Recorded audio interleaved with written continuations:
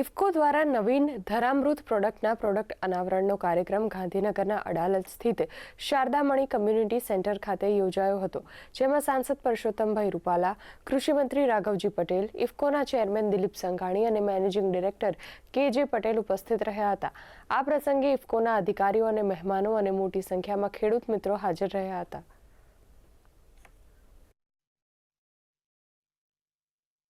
વિશ્વના કારણે જે લિક્વિડ નીકળે એ લિક્વિડમાંથી ધરા અમૃત, ધરા એટલે આપણે સૌ જાણીએ છીએ ધરતી માતા.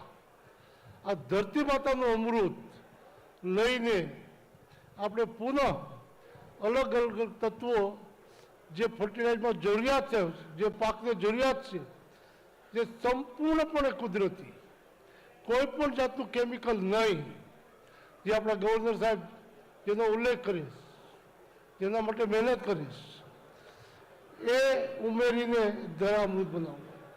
જે નેનો ટેકનોલોજીથી સંપૂર્ણ સ્વદેશી એવા જે આપણા ખાતરો છે, એમાં આ ધરામૃત આપણને ખૂબ ઉપયોગી બનશે.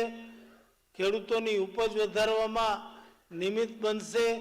સાથોસાથ જમીનની ફળદ્રુપતા અને પર્યાવરણને પણ આ ધરામૃતથી ખૂબ ફાયદો થશે એવું અહીં વક્તાઓના હું ભાષણોથી સમજો છું. ત્યારે ઉપસ્થિત સૌ ખેડૂત મિત્રોને મારી વિનંતી છે કે આ નવી શોધ, નવી ટેકનોલોજી એ ખૂબ લાંબા સંશોધનના અંતે અને વૈજ્ઞાનિકોના પરીક્ષણના અંતે બહાર પાડવામાં આવે છે. ત્યારે એનો પૂરતા પ્રમાણમાં લાભ લઈ અને આપણી ખેતીને સમૃદ્ધ બનાવવામાં આપણે સૌ મદદરૂપ બનીએ